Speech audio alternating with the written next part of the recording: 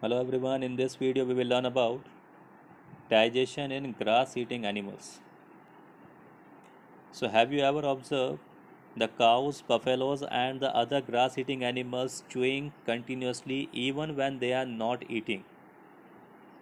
So this is because actually they are quickly swallow the grass and store it in a part of stomach called rumen. That means whenever they are eating anything, they quickly swallow the grass or any food material and store them in a part of stomach that we call rumen.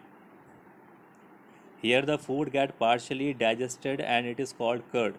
That means whenever the food is swallowed, it is transferred into the uh, rumen and there it is partially digested and that partially digested food is called curd. But later this curd is returned to the mouth in a small lumps and the animal chew it. And this process when animal is continuously chewing it, this curd, we called it rumination, and the animals who are doing this rumination we call them ruminants. Now this is the structure of a digestive system in grass eating animals. So in grass eating animal, this is the esophagus, this one is rumen where the food is stored, this is stomach, this one is cecum, this is small intestine, and the last is large intestine. Now, the grass is rich in cellulose, a type of carbohydrate, and many animals, including human beings, cannot digest the cellulose. That means only the grass eating animals are able to digest the cellulose, rest of the animals are not able to digest the cellulose. The ruminants have a large sac structure called the rumen between the esophagus and the small intestine. The cellulose of the food is digested here by the action of certain bacteria which are not present in human. That means just because these ruminants have a special bacteria found in the rumen which is not found in others, only these bacteria are able to digest the cellulose, and that is why these ruminants can digest the cellulose. Now, many small organisms which do not have mouth and digestive system, then how these organisms are digesting their food? So let's discuss feeding and digestion in amoeba.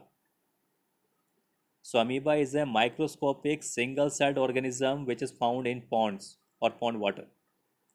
Amoeba has a cell membrane, a rounded, dense nucleus, and many small bubble-like vacuole in the cytoplasm.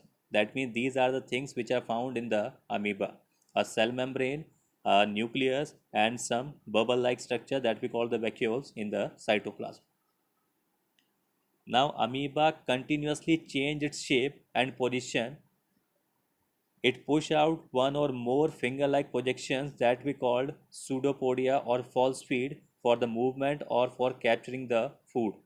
That means whenever amoeba has to move or change its position or it has to catch any food, in that case it is making some finger-like projections, and these finger-like projections are known as pseudopodia or false feet. So this is a diagram showing how amoeba is capturing and digesting the food.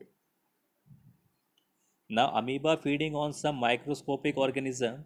When it senses the food, it push out pseudopodia around the food particle and engulf it.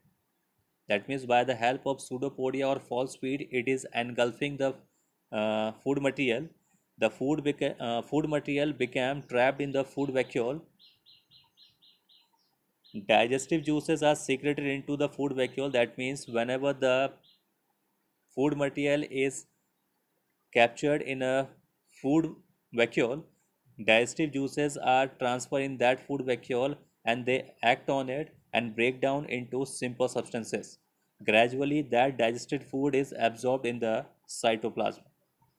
Now, the absorbed substances are used for growth, maintenance, and multiplication. That means it is assimilation occurs.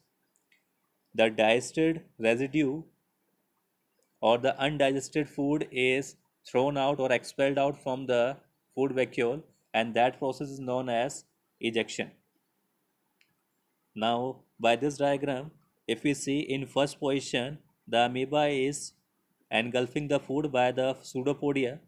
So this process we called it ingestion.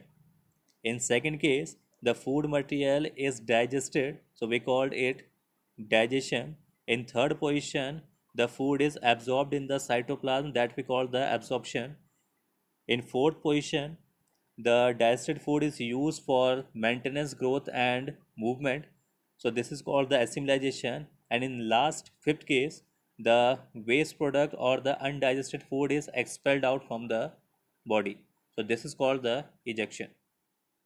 So that's all for today. Thank you very much.